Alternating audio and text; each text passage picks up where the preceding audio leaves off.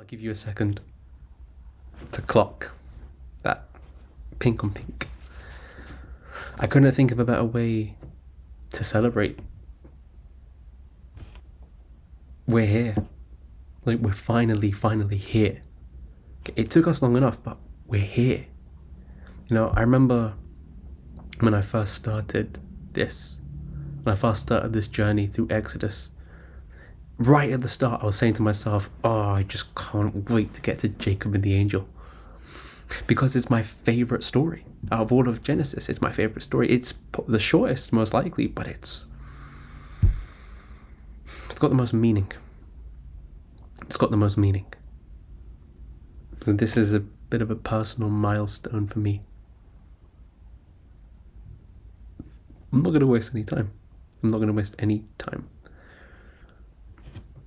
What I will start off by saying, though, is that I forgot to mention something in the last episode, and that was Laban seemed to be a preparation. Because right at the end we said, Jacob wrestled with man, but now we wrestled with God. It seems to be that the whole ordeal with Laban was what was preparing Jacob for the promotion. Right? God was just getting him ready for this moment here. So let's start off. This chapter starts off with Jacob being met by some angels. So far, when angels have appeared, they've come to bring justice and divine guidance to humanity. We first see this before God destroys Sodom and Gomorrah. Another example is Hagar in the desert. Angels have come to deliver messages and to give those who are lost a sense of direction.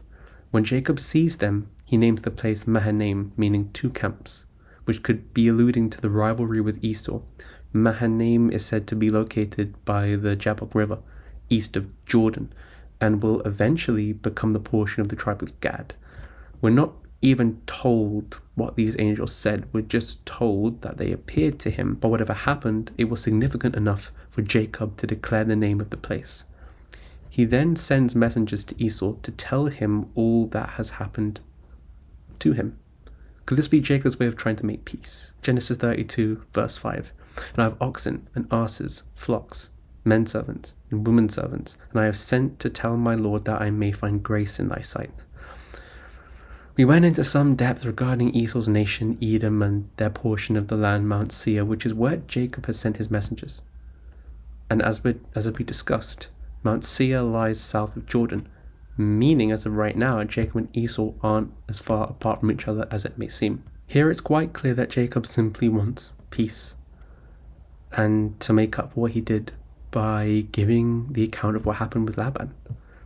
This appears to be Jacob's way of saying he's been changed and humbled. He's not the boy who stole the birthright anymore, which seems to be foreshadowing what's to come. And when Jacob's messenger returns, their message puts Jacob in great distress, and you can't blame him. Esau is still bitter and vengeful over what Jacob did. He's coming with an army of 400 men. Jacob decides to prepare for battle by splitting what he has into two groups, with the reason being if Esau kills one half of all he has, then the other half will escape. Genesis 32 verses 9 to 10. And Jacob said, O God of my father Abraham and God of my father Isaac, the Lord which saidest unto me, return unto thy country and to thy kindred, and I will deal with thee. I am not worthy of the least of all the mercies and of all the truth which thou hast shewed unto thy servant. For with my staff I passed over this Jordan, and now I am become two bands. Throughout this chapter so far, the number 2 has been mentioned and alluded to quite a few times. It seems to be a symbol of separation. May that be good or bad. As we know, holy means set apart, but here it's also referring to the separation of Jacob and Esau, which has its negative sides because things shouldn't be like this. Jacob doesn't want things to be like this, and I don't think God does either, even if Esau has many flaws. I don't know, I'm not God. But what is important is that only after Jacob and Jesus wrestled were Jacob and Esau reunited. Genesis 32 verses 11 to 12. Deliver me, I pray thee, from the hand of my brother, from the hand of Esau, for I fear him, lest he will come and smite me and the mother with the children. And thou saidest, I will surely do thee good, and make thy seed as the sand of the sea, which cannot be numbered for multitude. This is such a wonderful thing to see.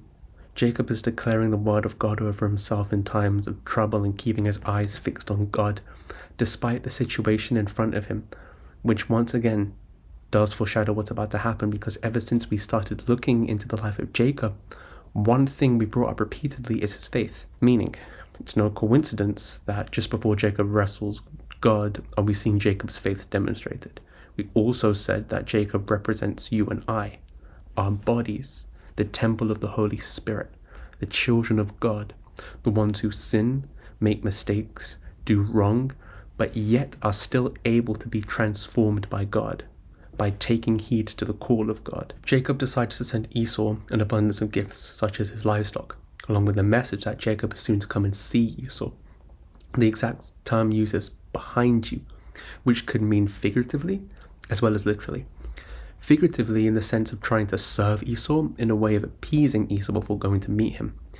We know he's afraid, so this could be his way of calming Esau down before he goes to see him. But it could also mean this is his way of trying to do right by Esau, by giving him some of what Esau believes is his. That night, Jacob took his sons and wives and passed over Jabbok to meet Esau, but he sent them ahead. The Bible doesn't specifically tell us why he sent all that he had before him. All we know is that he gave gifts to his brother so that his brother would have grace upon him. Jacob wrestles with God. This is that story. Genesis 32 verses 24 to 31. And Jacob was left alone, and there wrestled a man with him until the breaking of the day. And when he saw that he prevailed not against him, he touched the hollow of his thigh, and the hollow of Jacob's thigh was out of joint, as he wrestled with him. And he said, Let me go, for the day breaketh. And he said, I will not let thee go, except thou bless me. And he said unto him, What is thy name? And he said, Jacob. And he said, Thy name shall be called no more Jacob, but Israel. For as a prince hast thou power with God and with men, and hast prevailed. And Jacob asked him and said, Tell me, I pray thee, thy name. And he said, Wherefore is it that thou dost ask after my name? And he blessed him there. And Jacob called the name of the place Peniel, for I have seen God face to face, and my life is preserved. As he passed over Peniel, the sun rose upon him, and he halted upon his thigh. That's the moment I've been looking forward to for over a year. Crazy. There's one thing many people get wrong about this story. I've seen this question asked a multitude of times, and that is, why did God, / Jesus, allow Jacob to win the fight? Failing to realize that this story isn't about who won or who lost, because it stems incredibly deeper than that. I would like to share a story with you to put this into perspective about my life before salvation, before I got saved. Mentally, I was a wreck. I was carrying years worth of hurt without even realizing it due to the things I experienced in life. I used to suffer with severe depression because it had a delayed reaction. Things all seemed to hit me at once like a tidal wave. It left me depressed and suicidal because I deeply believed that the things I had experienced determined my worth. In my eyes, that's all I was ever going to be, hopeless and unlovable. These feelings would sit on my chest, and everything that happened throughout the day would upset me, and it caused my chest to get heavier. And then the nights, things would simply intensify. The spirit of depression would haunt and taunt me night after night. It's as if these feelings were a thermostat, and the demon would slowly amp up the heat.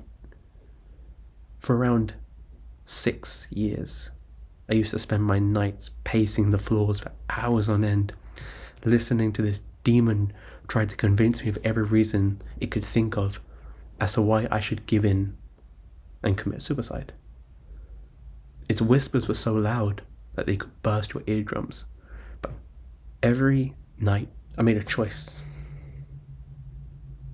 to simply look the devil in the face and say one word. But at the time, it was the one short word my life depended upon. And that word was no. I had two choices. give in, or refuse, and then take the beating that came with it. I decided to take the beating and ride it out without knowing when it would stop, or if it would ever stop.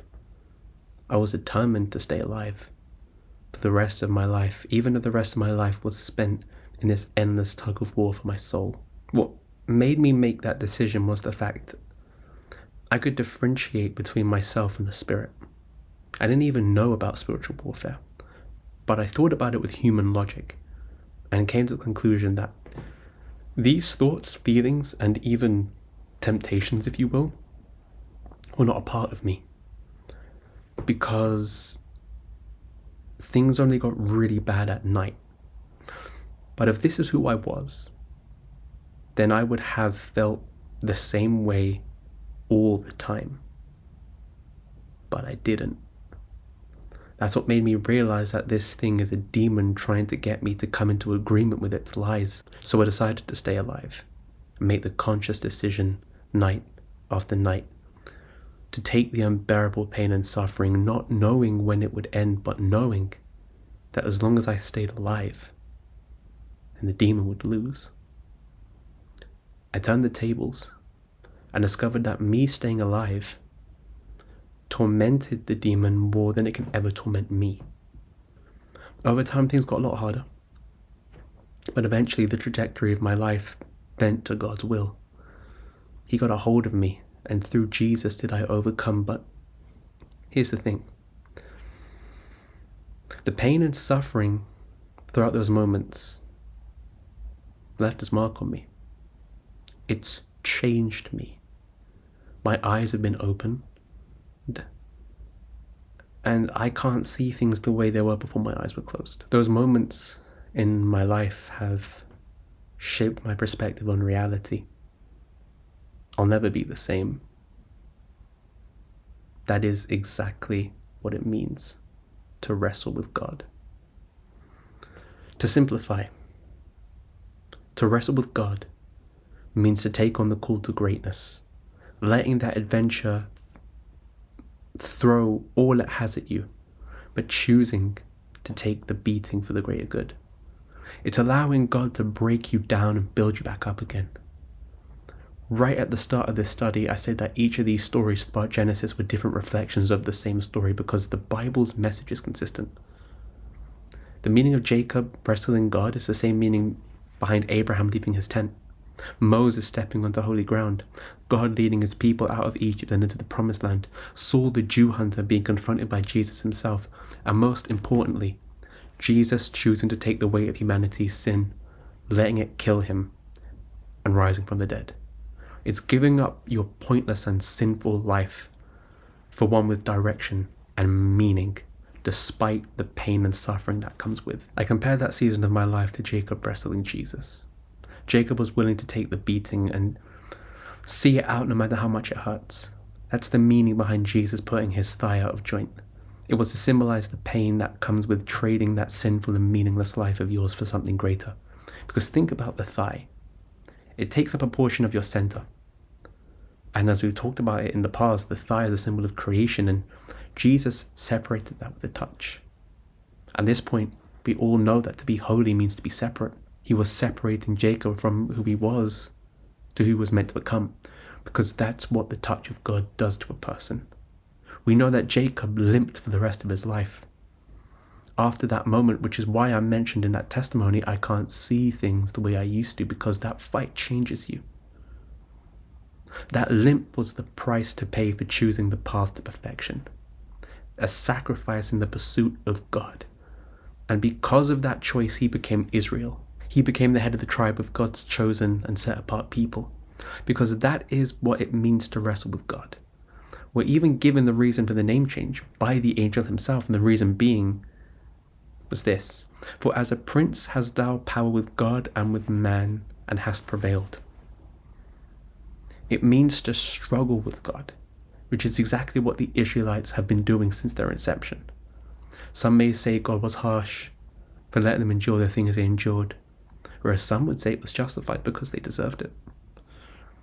He held them to a high standard because he knew as the Holy Creator that someone had to do it, even if it meant punishment, because his people are burnt but never consumed, tested but never taken out.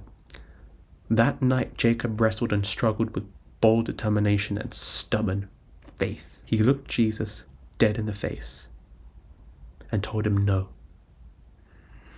because he knew there was beauty in the suffering. That's why Jacob held on, because he knew that there was something infinitely worse than spending the rest of his life with a limp.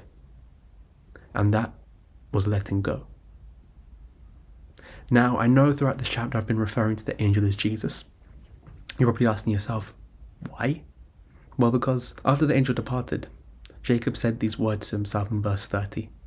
I have seen God face to face, and my life is preserved.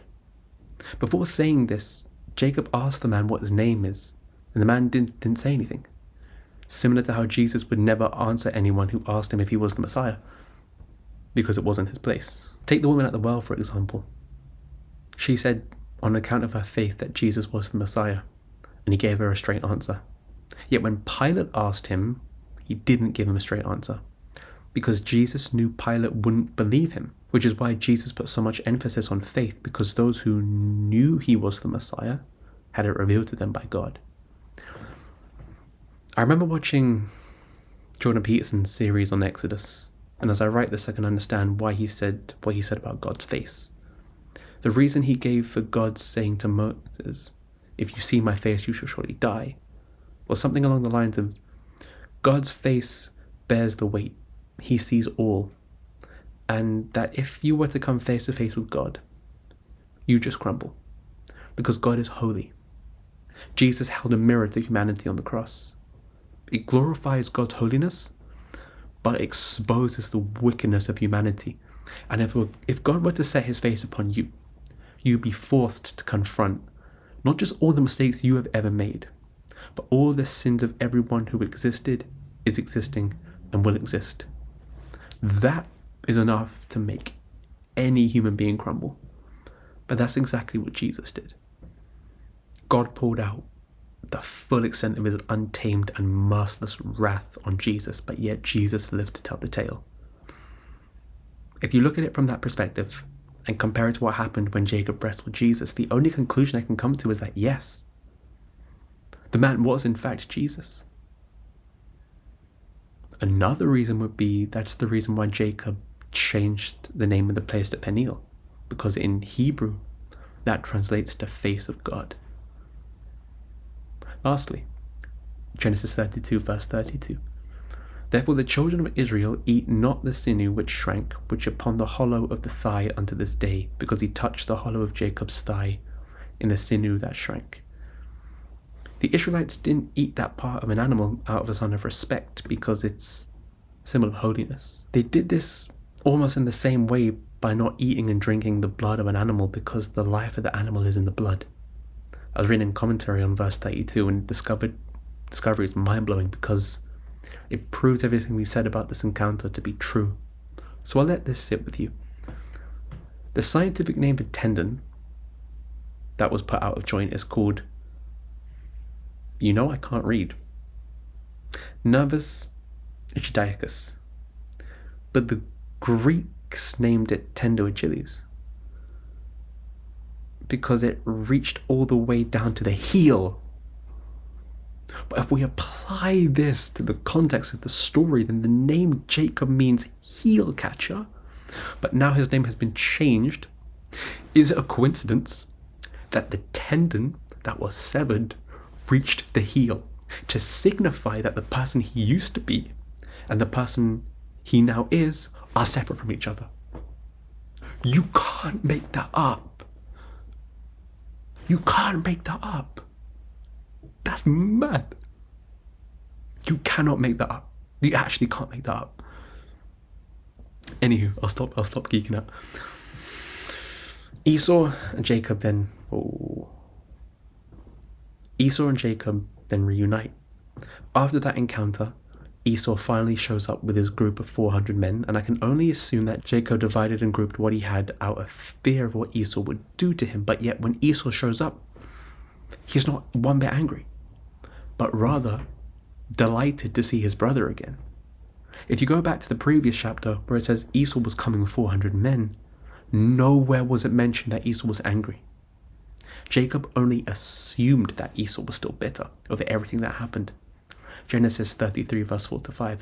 And Esau ran to meet him and embraced him and fell on his neck and kissed him, and they wept, and he lifted his eyes and saw the woman and the children and said, Who were those with thee? And he said, The children which God hath graciously given thy servant. Wow would be an understatement to say the least.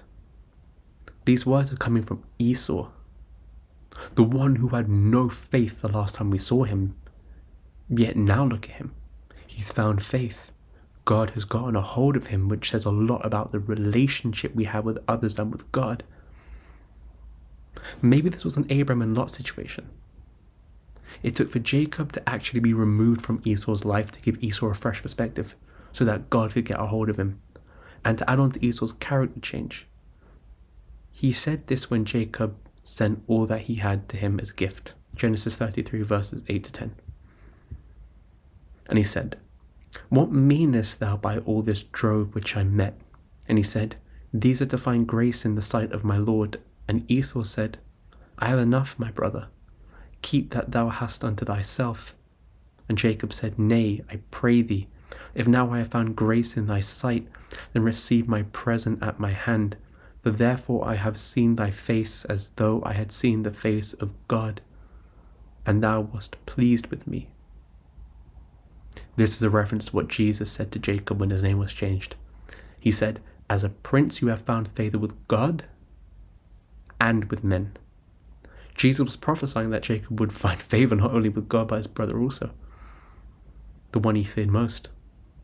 It just goes to show that when you seek God's face, he can restore your name. Because as we know, when Esau and Jacob parted ways, Esau wanted to kill him out of rage and a bloodlusty desire for vengeance. Jacob urged Esau to take the gift. He took it and suggested they continue on their journey together, but Jacob encourages Esau to go before him because his children are weak and his flocks and herds are nursing, which causes Esau to go before him, but Esau leaves some of his men to help Jacob take care of all that he has.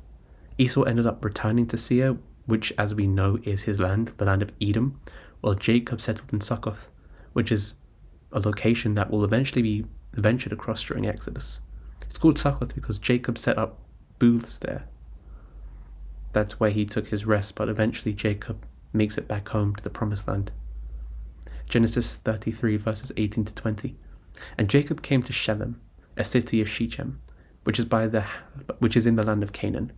When he came from Paddan Aram, and pitched his tent before the city, and he brought a parcel of a field, where he had spread his tent, at the hand of the children of Hamor, Shechem's father, for 100 pieces of money, and he erected there an altar, and called it El Elohi Israel.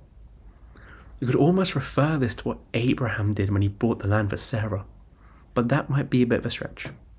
He buys it and makes an altar there similar to how Abraham did it for a simple purpose, to bury his wife. But that aside, the name Jacob gives this altar is El Elohi Israel, which translates to God, the God of Israel.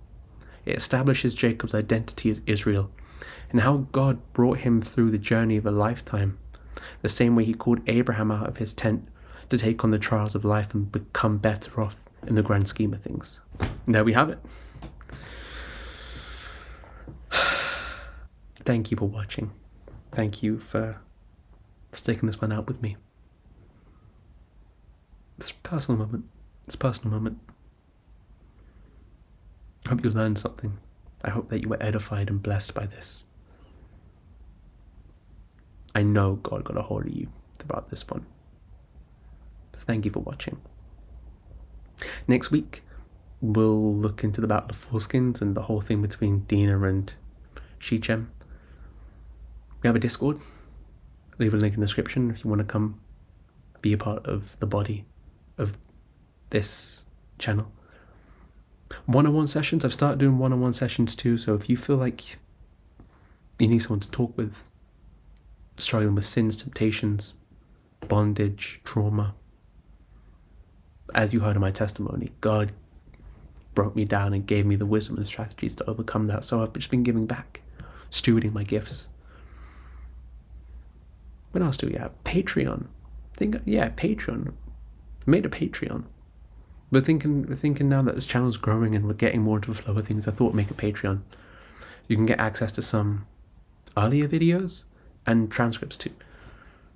Scripts. Yeah. So thank you so much for watching. God bless you all. I hope you were edified. And I'll see you next time. Take care.